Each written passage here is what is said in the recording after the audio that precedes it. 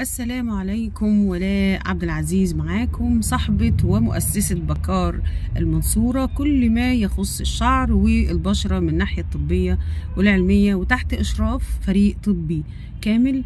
النهاردة بعتولي 2 سؤال مهم قوي كان لازم أقف النهاردة وارد عليه. كانت بتقولي يا مدام ولاء، أنا بعمل حمامات زيت بشكل مستمر ونفسي أعمل البروتين، وبصراحة حتة ان انا بعد البروتين ممنوع اعمل حمام زيت وممنوع اقص الطروف وممنوع معرفش استخدم ايه، خلاني مترددة لاني بحب حمامات الزيت جدا وبحس انها بتعمل تنشيط للبصيلات كامل. طبعا انا نفسي اعرف مين اللي قال المعلومة دي. حمام الزيت بالعكس مطلوب جدا بعد البروتين.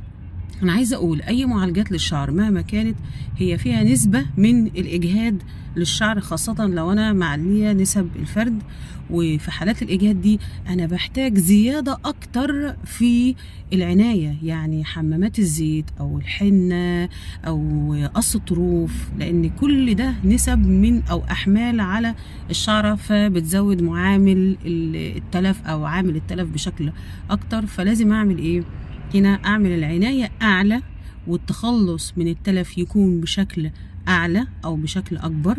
فطبعا دي معلومة مش صحيحة خالص، وللأسف لقيت 2 النهاردة في يوم واحد بيقولوا لي المعلومة دي، ان هما بيعملوا حمام زيت وخايفين جدا علشان خاطر البروتين هيمنعهم من ده.